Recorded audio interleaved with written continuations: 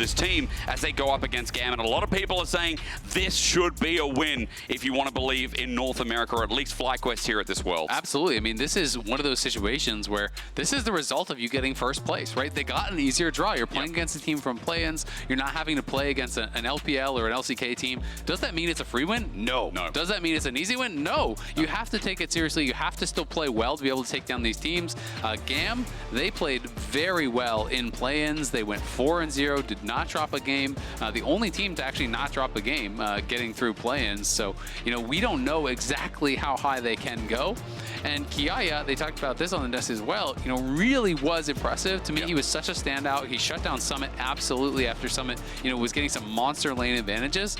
And my big question for FlyQuest coming into Worlds was kind of like, which Bwipo is going to show up? Because Bwipo during the regular season, you know, really wasn't making the kind of impact that you would expect from him. Yeah, a lot of mistakes. Then in playoffs, really did step up, and especially, you know, in the finals weekend, he's bringing out the Olaf, he's bringing out the Garen, he's bringing out all these picks and really making things happen. And this is kind of right back to where FlyQuest left off in playoffs, going to the Ivern. This is something that became pretty much permabanned against them after they were doing a lot of double AD carries with Ivern. I don't know if that's exactly what they'll go to here, but, you know, at the time, Quad was playing like Smolder and Zeri and things like this, and they just pair that with Ivern, and they'd say, you know what, we're just going to scale and we're just going to out-team fight you. Well, with that locked in, again, we get confident also with the Kalista that sets up for a more aggressive bot lane. Talk about confidence in your laners. This also shows a little bit more of that here with Fly putting emphasis on that 2v2. Exactly. I mean, Masu, Rookie of the Year, this guy, I cannot say enough good things about him and his development. His rise has been meteoric. In 2022, this guy was an amateur. In 2023, he won Most Valuable Prospect in Academy. In 2024, he's at Worlds, he won a title, and he's Rookie of the Year. Can't believe he went from that to like MSI and Worlds in the same year, in his debut year. It's crazy. It's really incredible. You can't really ask for more than that. Busio, obviously, you know, has really had that kind of incredible career as well, you know, as far as his trajectory. You know, he was a Most Valuable Prospect as well the year before in the NACL. It's a very young bot lane. You know, they're trying to obviously kind of smooth things out, you know, really get everything working.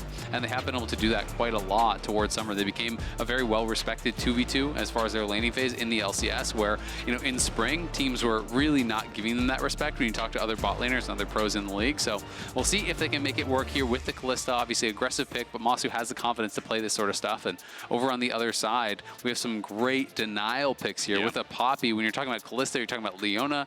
It can really shut you down pretty heavily. I mean, seeing that Jin get locked in for GAM as well is a good feel, considering that for Easy Love it was his most played.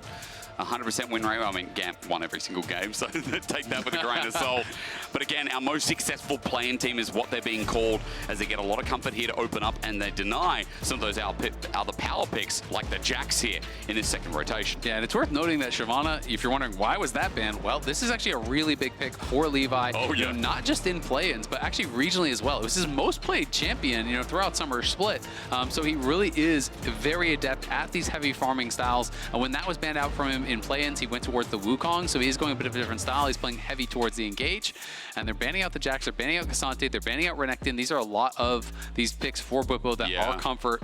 We'll be curious to see where he does elect to go, as Kiaya has his Rumble removed. Was very good for him.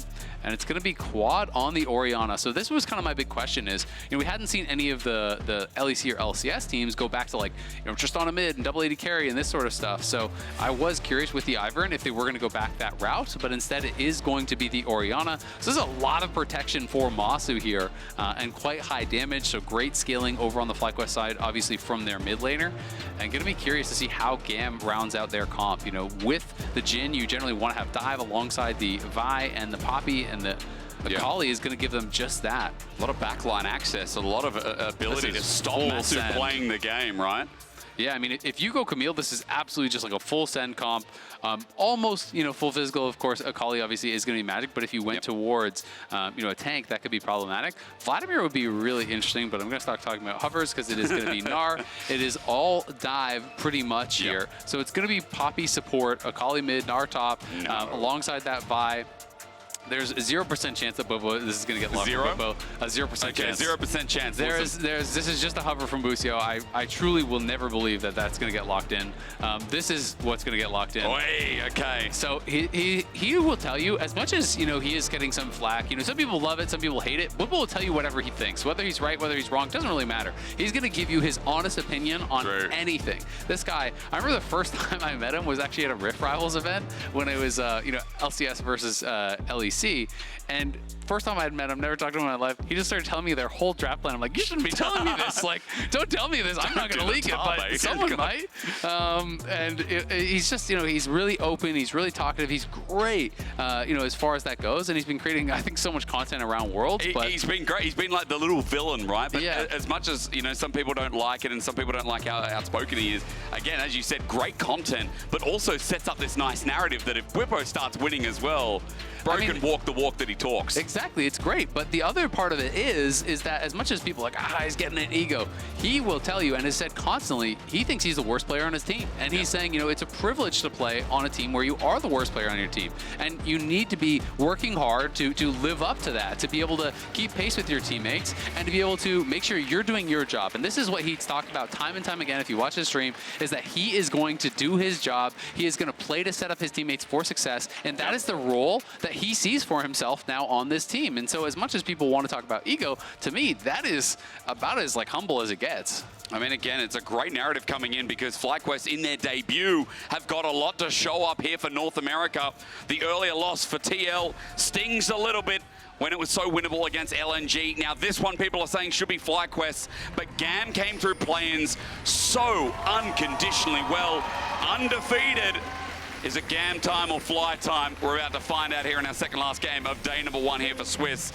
And as you said before, GAM have built a comp that wants to send it and try and send it on top of Masu. And what I will say is their engage needs to be perfect, because if you fail your engage against Ivern and Redemption comes down and multiple shields come down and Daisy is interrupting you and all these things are happening, you are going to lose the fight for sure. So your engage needs to be picture perfect, but this is a 2-threat comp over on FlyQuest. So if you can nail that engage, instantly kill Quadr, instantly kill Masu, all of a sudden FlyQuest is going to be sorely lacking in damage, whereas over on the other side, there's really 4 threats from GAM. You know, yeah, Nara's not a true carry, but they are some real damage dealers on that team. So, you know, it is kind of that high risk, high reward for FlyQuest. If you can perfectly protect those carries, have that counter engage, it could go really well. But if you don't, it could fall flat on its face. Now, just an update on the other pick that should be highly contested here is, again, we're just looking at the star of GAM.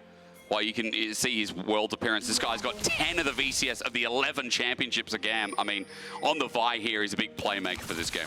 And he as well, you know, I talked about this with Maple, he is in his last Worlds appearance. I mean, he's talked about that retirement, you know, and he has been so incredible. So many people think back to, you know, him playing like the Nocturne, the power farming Nocturne, and being able to pull off Luckily, we got to see it in this Worlds too, right? Exactly, like the surprise plays that he has been able to pull off. He has brought some incredible moments to Worlds.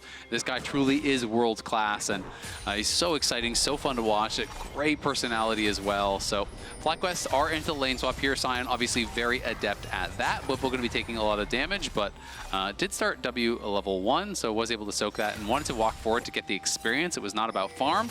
Just wanted to make sure he was soaking enough experience, because even if you dive the Sion, he can farm a lot of this with his zombie passive.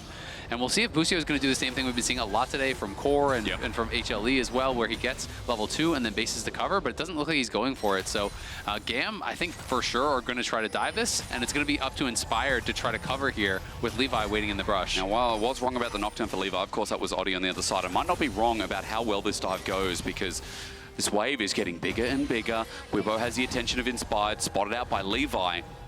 Where is the attention going? Kiaya also walking down here to make sure this try and works out. You're right. This is really risky. They're going to go for it, but Inspired can keep him. Oh, it's clean, but the shielding's huge. It comes through clutch, but over the top. Easy Love gets the range shot. A beautiful finisher, and GAM, layering of CC was still clean. Yeah, really nicely done there. Even with those shields, you know, I thought it might have turned around a little bit, but they weren't able to survive long enough. But this is the benefit of Sion. Yeah, you died, but he didn't really miss any experience. He farmed a lot of the wave before he died, and then he just immediately TPs back, and he's like, well, you can't do it again. So, you know, that is kind of that difficulty. But thankfully for GAM, that kill went exactly where you would want it. It went to Easy Love. That dive would have been way less beneficial if it went to, like, you know, the Poppy support or something like that. True. And we'll see as Poppy's here. Elia tries to bring Busio back into rage. Some good damage done. Emo in trouble though. Quad, wait, he's got so much to do. He's run low on mana here, but forces Emo out as he gets a low health bar. Yeah, Quad has become a very strong laner. You know, one of the things that FlyQuest talk a lot about, again, is that this is a guy who is too selfless, and they really kind of wanted to instill into him that, no, you are going to carry the game. You need to be greedy. You need to play for yourself. And so that is something that FlyQuest has really been working on, and that Quad has really been working on, is to try to really set himself up for success and not always feel like he needs to, you know, not call for resources. You know, and that's part of what kind of is having Inspired on these supportive styles. You know, when you think of Inspired, you think of power farming. People are calling him, you know, the full clear CEO and stuff, and like all of these kind of memes. But, you know, he is willing to play all of the styles, and I think that's what makes him such an impressive jungler, is that this guy has won MVP in multiple leagues, and he really can play such a high level for pretty much every champion. And I mean, again, having so much versatility as a jungler is such a good thing here, especially heading towards those summer championships where I feel like Inspired gapped Umti in that final. It's not even a feel that happened, right? He absolutely crushed him. And I mean, he is someone that, deep for Busio, but he's okay here with his shield up. Yeah, nice little bit of chunk there. And now with that chunk, you start to get nervous about, you know, can I walk forward on this wave? You know, Masu is just kind of thinning it out a little bit. They're going to allow it to keep pushing out towards FlyQuest. And gonna just hold this and make sure to keep denying as much as possible from Kiaya, whereas on the other side, guess what? Jin cannot pressure a Sion in a 1v1, so Bwipo's gonna keep farming, and Bwipo is getting way ahead as far as that CS is concerned. We saw it before, you know, in what we call the T1 early game masterclass, where Jackie Love on this Jin couldn't really pressure sides, couldn't really get away with open map because the Jin was slow at pushing, slow at taking down some of these tanks as well. As you just highlighted there, it's a nice touch considering as the push comes out, Bwipo's okay for now. He's picked up quite a lot of CS in this lane as well. 400 gold lead, while Kiaya, as you said, constant pressure added there while he has to reset and go bot. Exactly. It's a smart play here from FlyQuest, just utilizing the sign, utilizing that passive, picking up as much farm as possible. As Levi does get eyes on Inspired, but he'll just use the smite and then go back towards his Krug to pick that up and be able to be there to cover any sort of thing top. As they are pushing the Poppy out, we can see Jin's moving towards top. Bwipo is going to move forward and try to proxy this wave and keep Kiaya away from it. You can see on the mini-map, they're just kind of like jostling for position. While that is happening, this is all lost farm here, so Bwipo even spending the ult. He has a 2-level advantage. And he's doing a lot of damage, waiting for the decimating smash. He finds that, he gets a grass stack, presses E. If he goes into zombie, he'll also kill Kiaya. He's just waiting for the cooldowns, and it's just such classic Sion play. The flash away as Bwipo just tries to survive. He's got no mana, no TP to come back, and he's already burnt the ulti. It's just really smart play from Bwipo here. It's great stuff. He forces the flash. He knows he has a level advantage. He's zoning Kiaya away. So even though Kiaya survives, it cost him his flash. It means he lost multiple minions to that. And on the top side, they're utilizing the prowl that they have with Kalista to get all 3 of this grub. So this is really good stuff here on the map from FlyQuest. They are down a first blood, which is worth 400 gold, and they are up 1,000 gold here, not even 7 minutes in.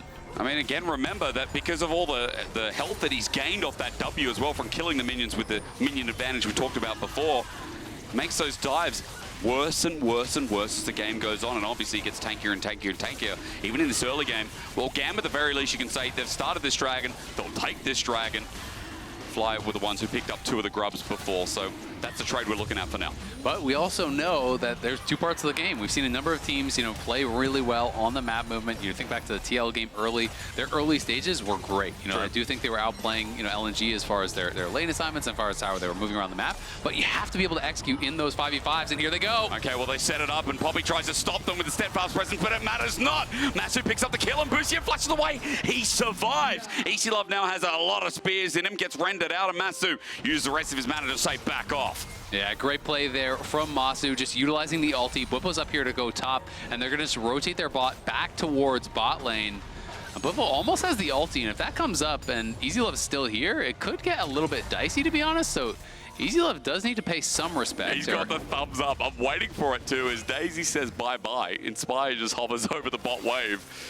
Bwipo, I think we're mega close to that. And as you said, Easy Love has to back before he gets taken out. But their tempo is so bad because he's basing so much later, and Kiaya has no TP. So Kiaya bases now, goes top, and guess what's happening? Again, you're losing the wave to the tower. So, you know, their map movements are a bit slow. Obviously, this is partially because Fly have the bush, but I also think GAM on some of these resets are being a little bit greedy, a little bit late to the punch. That's an entire wave that is gone, and that is nearly a 2,000 gold lead now for FlyQuest here. And this is not even 9 minutes in. This is what, I guess, you know, the best part of the lane swap is. You can see so many minute differences, but when it exploits like this, as Whippo looks for the decimating smash damage, you just see what a team that is experiencing this, I guess, going up against TL has given them a lot of experience, especially in the domestic league, what FlyQuest can do with an early game that's exposed like this. Absolutely. I mean, we'll see if they can make it happen when it does come down to those team fights, but thus far, it is a map kingdom here for FlyQuest. They are playing the map really, really well. They're excelling in that macro game.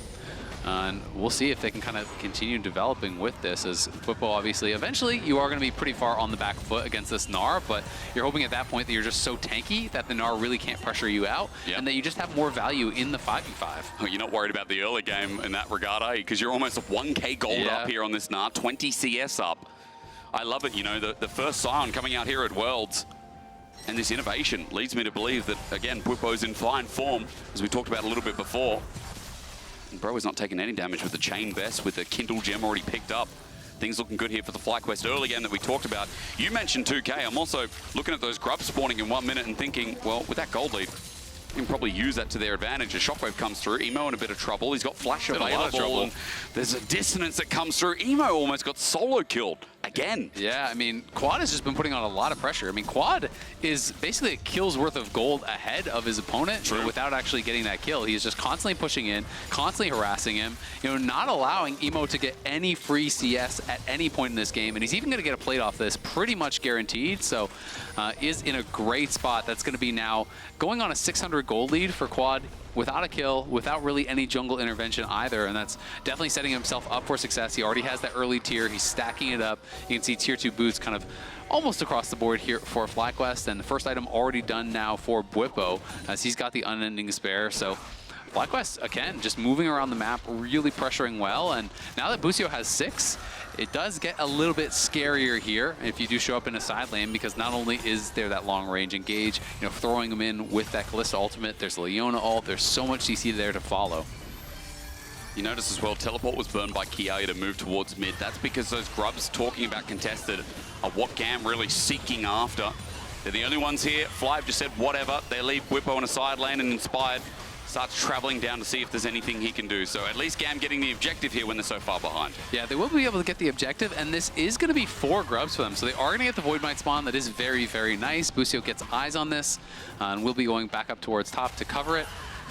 You can tell he's a little bit nervous. Oh, is someone coming? So he's going to pull it back and make sure that he can secure this. Just, I think, was probably waiting to make sure that there's no chance of any sort of contest. We, of course, know that Inspired was not there, but Inspired now has the redemption done. FlyQuest starting to complete these items. They're not going to feel pressure with this style of comp. I know that they have an incredible amount of confidence that when they are playing these style of compositions with the Ivern, that they will outscale, that they will win 5v5, but they do get spotted moving in here, and Levi's coming top lane, so could be a play.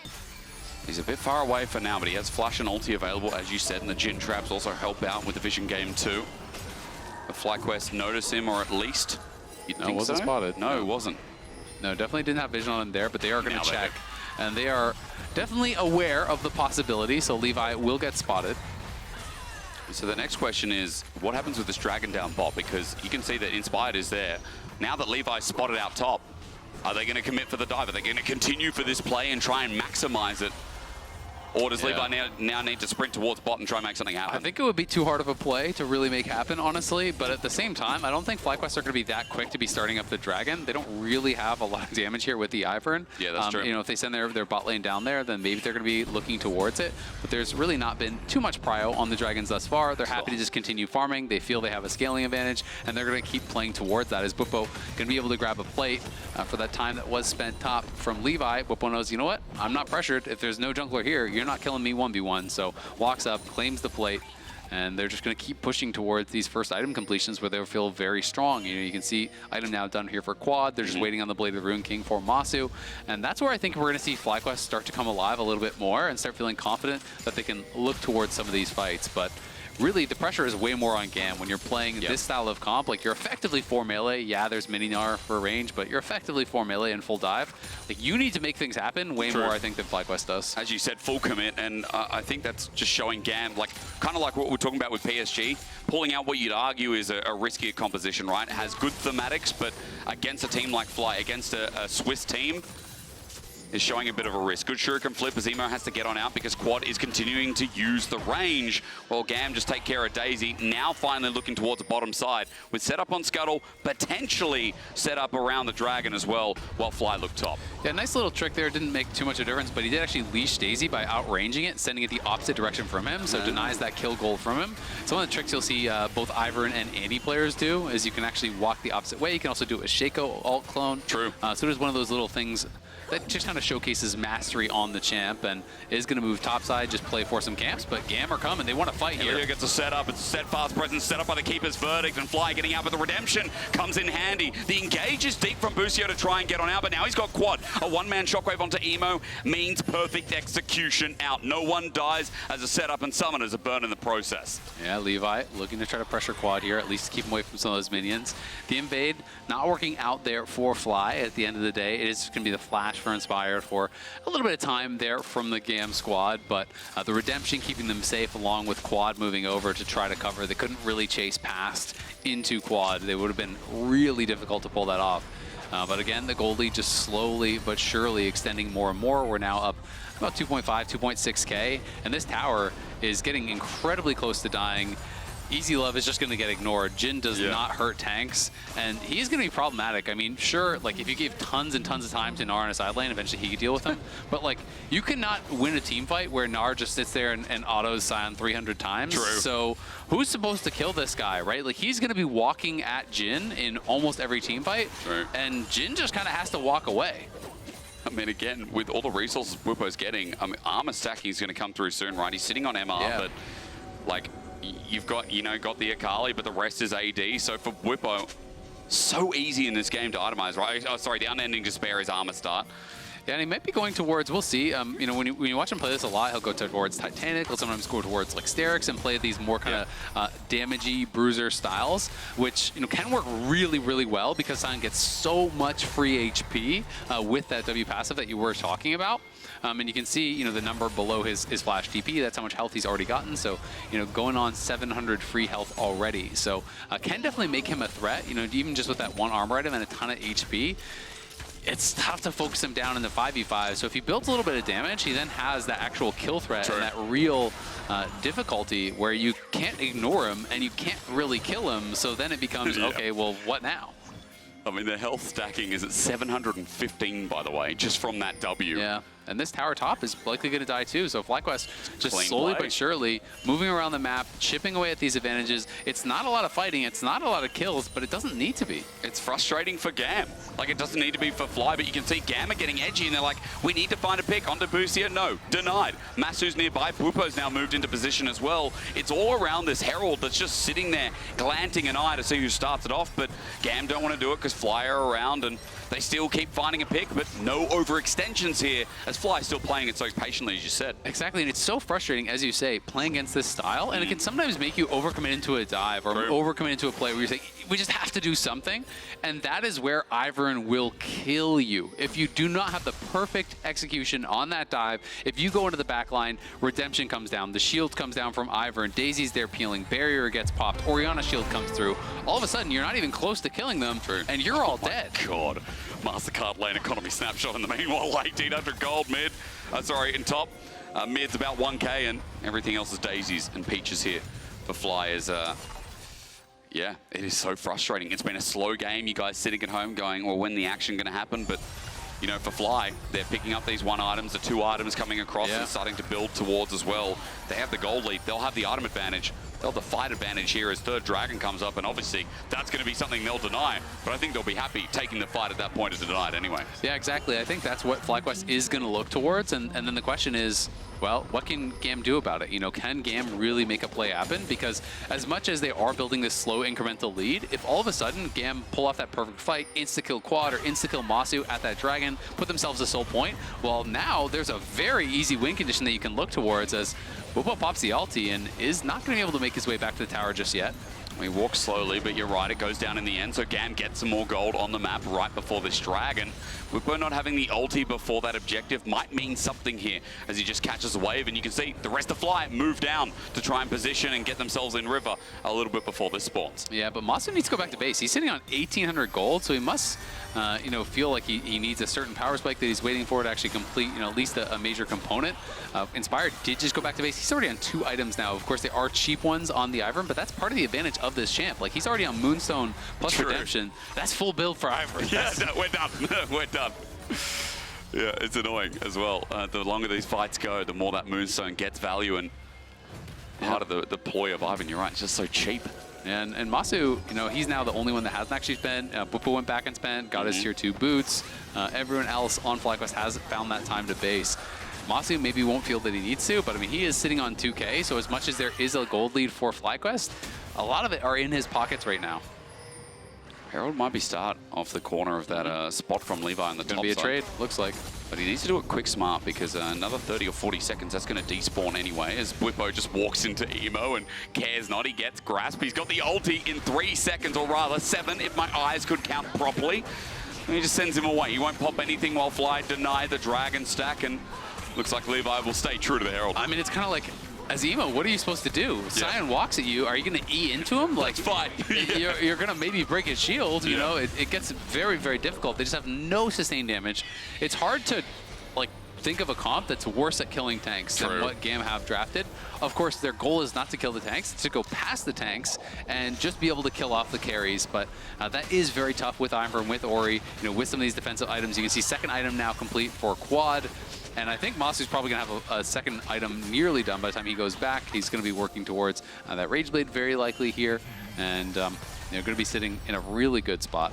But I have to say, I mean, I've seen many comps out of Fly, and especially, you know, looking back in the finals, looking back in the series versus 100 Thieves as well, this feels like a very patient FlyQuest. This feels like a very, not reserved, but like well thought out style of FlyQuest in the first 20 minutes of this game. Well, I can tell you from talking to some of these guys and from talking to the coaches, like, this is just a draft where I think they thought they won in draft if they play slow. So they are going to try to not rush it. They're going to try to not get nervous. They're saying, you know what, our win condition is farm and do nothing. And GAM has to disrupt us. So if they feel that they are in that spot, especially playing towards Mountain Soul, which is horrible for GAM, you know, that is really rough.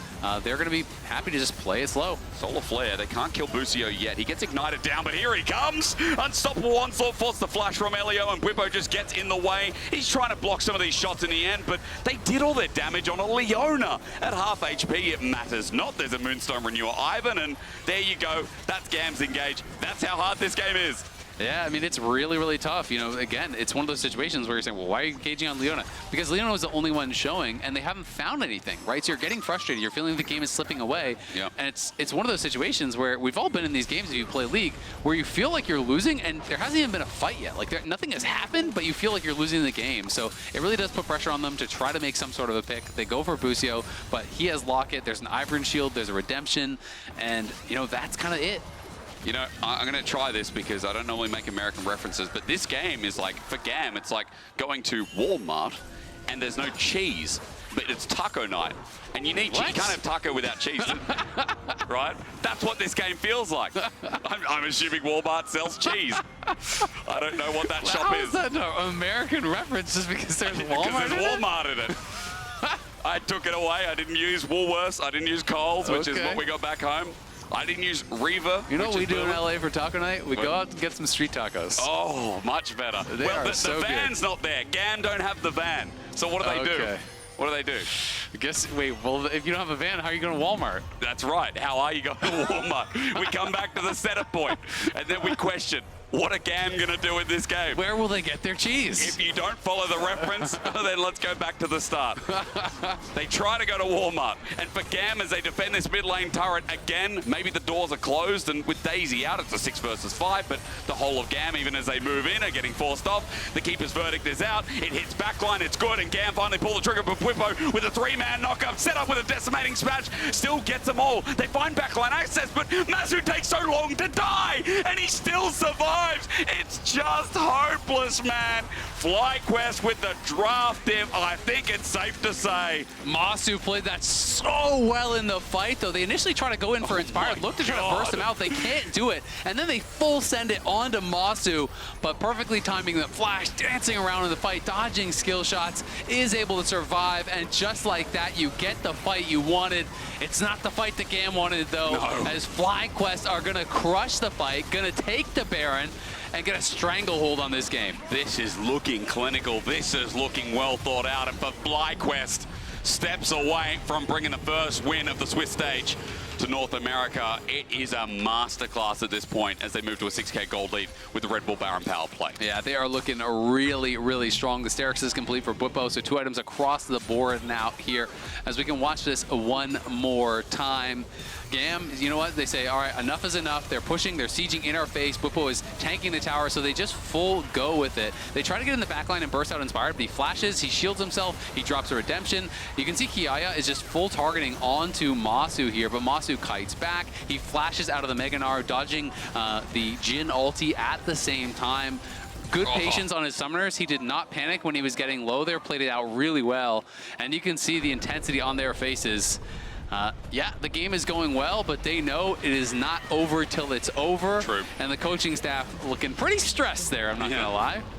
After the start today, after the TL game, Masu's damage, by the way. It's huge, isn't it? I mean, you saw at the end the Deadly Flourish. He dodged out of that. His Decimating Smash won't have enough damage, but Bwipo cleans it up anyway. And Bwipo as well. You know, he turned in almost 4K damage himself. That's what I'm talking about. When you can't kill the tank in this situation, you can build a little bit of damage, like the Sterix, as it synergizes so incredibly well with his HP stacking passive. Gives him so much bonus AD on this champ that it kind of gets a little bit crazy. I mean, he's getting 61 bonus AD. Wow. From the Sterix alone. Like, that is an enormous amount. I mean, thoughts about Overlord's Blood Metal. Let's talk about that in a second. Ulti used at point-blank range. Levi in trouble as they keep trying to dive this turret. He almost dies. 1 hit away. That play from GAM, though, was 2 turrets in the top side. So, you know, while we are talking about Fly in the Baron play, for now, things are stabilized as Fly try to trade out through bot, as we saw on our mini-map. Yeah, exactly. I mean, it's smart play from GAM because if you can't defend, then you cross map, right? Yeah, like, of course. Their wave clear is absolutely abysmal. Like, how are you supposed to actually stop the Baron push here with 4 melee champs basically and a Jhin? It's just not really going to happen. So they try to look for a play on the other side. Bwipo defends as well as he can, almost gets a kill. FlyQuest gets some gold down on the bot side, and this Baron power play is still going up, despite the fact that they did grab a couple of those towers on that top side of the map from GAM. So Fly's just going to keep playing it out slow and steady. They've gotten their 2nd Mountain Dragon. They can work towards this Mountain Soul. Mountain Soul with 4 Mountain Dragons. Well, if you thought the Sion was tanky now, just wait. Doesn't get better. Yeah, buckle up. I mean, again, that Kalista with Building 3 items. the minefield here for the Jhin traps. Time to sell all your items and go AP. See if someone will step on them. And then Bwipo will just run it down mid with the ulti, and it doesn't matter anyway.